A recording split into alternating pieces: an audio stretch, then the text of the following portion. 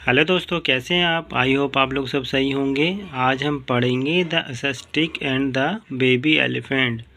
मतलब एक तपस्वी और एक बच्चा एलिफेंट, हाथी का बच्चा।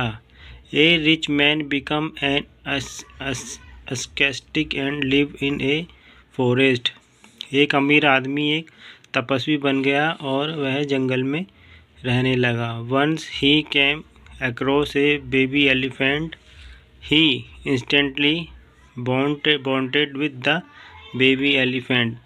जब वह वहाँ से गुजर रहा था तो उसे रास्ते में एक एलिफेंट का बच्चा मिलता है, हाथी का बच्चा। तो तब से ही वो उसको अपने पास रख लेता है और उसकी देखभाल करने लगता है। He took it to his hermitage from the on he started taking care of the elephant।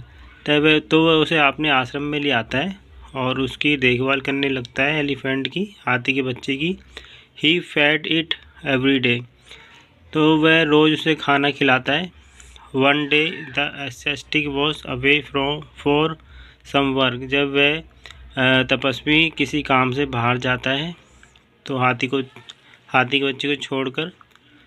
The baby elephant got angry and ate more than it could digest. तो वो हाथी के बच्चे को भूख लगती है तो वो अपनी क्षमता से ज़्यादा खाना खा लेता है जितना उसे नहीं खाना चाहिए।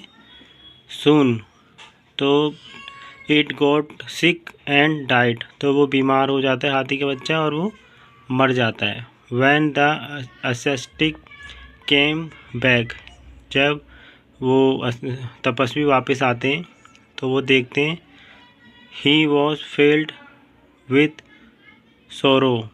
तो वह बहुत ज़्यादा शॉक्ड हो जाते हैं और वो वहीं पे उसी के पास रहने लगते हैं, उसी शौक में डूब जाते हैं। ही remembered in that state for many days. तो ये काफ़ी समय तक इसी अवस्था में रहते हैं तपस्वी। One day a great sage was passing by. जब एक दिन वहाँ से एक बहुत ही बड़े ऋषि मुनि वहाँ से गुजर रहे थे। He saw the ascetic. तो उन्होंने देखा कि वो तपस्वी को देखा। Grieving the sage thought the ascetic. तो the sage thought ascetic not to grieve as a was a man who had given up all attachment. तो उन्होंने उसको समझाया कि तुम अपना सब कुछ राजपाट छोड़ के साधु बने हो और तुम दोबारा इन भावनाओं में बह रहे हो। This is sermon helped the ascetic overcame his grief and the resumed his life praising other. तो उनको एहसास होता है तो वो दोबारा से अपने साधु वाली लाइफ जीने लगते हैं और दूसरों को ज्ञान देने लगते हैं। तो दोस्तों, ये आपको पार्ट कैसा लगा कमेंट में ज़रूर बताना। तो मिलते हैं अगली वीडियो में, जब तक के लिए बाय बाय।